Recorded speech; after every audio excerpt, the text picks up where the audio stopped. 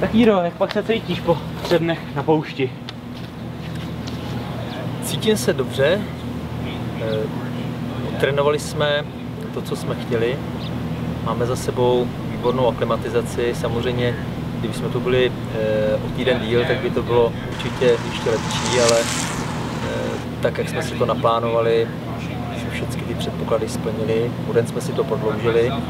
Původně jsme měli odjíždět v pátek do Oceanside a nakonec jsme si to o den prodloužili, protože ty podmínky tady pro tu aklimatizaci jsou úplně optimální. Doma tvoje přípravy a především pak samotný závod sleduje velká spousta lidí. Především taky díky krásným reportážím na Českém rozhlasu. Chtěl bys něco vzkázat těmto tvým příznivcům a fanouškům? Tak určitě jsem ze srdce rád, že se všichni postupně ozývají, že posílají SMSky jak na původní telefon, tak na nové telefony, které jsme inzerovali na našem webu. Děkuji moc tímto Hance Soukupové, Liboru Soukupovi za to, že udělali opravdu výborný časozběrný dokument, který mapuje přípravu, nejen mojí, ale většinu členů týmu.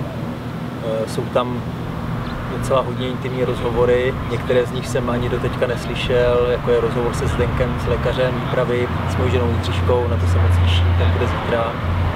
A ještě jednou bych chtěl poděkovat všem, kteří se nám ozvali, kteří nám zavolali, kteří nám píší SMSky, kteří nám píší do knihy návštěv na našem webu.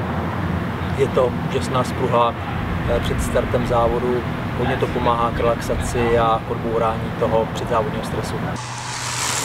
Zítra nás čeká vlastně návrat do Oceanside, do místa startu závodu, kde se setkáme večer s celým týmem.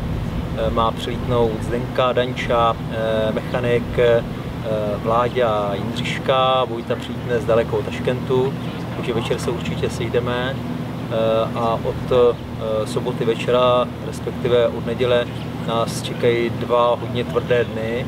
To budou dny hlavně pro logistický tým. Já budu dál pokračovat v nějaké relaxaci, už se na kole spíš budu jenom vozit, to už ani o tréninku nepůjde. Budu si najíždět vlastně každý den tu trasu těch prvních 20 mil, abych skutečně nikde nezakufroval, což je takový ten druhý moment, defekt a to, že prostě netrefím trasu. A tým bude zajišťovat tu nezbytnou logistiku, zařídit karavan věcmi a samozřejmě bude čas i na to, aby jsme si dovysvětlili některé pravidla. Čekají nás meetingy kapitánů a závodníků s pořadateli, takže je toho opravdu spoustu, co musíme ještě do startu závodu absolvovat. S tím, že jsme si řekli, že chceme mít v úterý volno, aby jsme se všichni dospali, hlavně ti, co přilítli později a ještě neměli čas se vyrovnat s tím časovým rozdílem.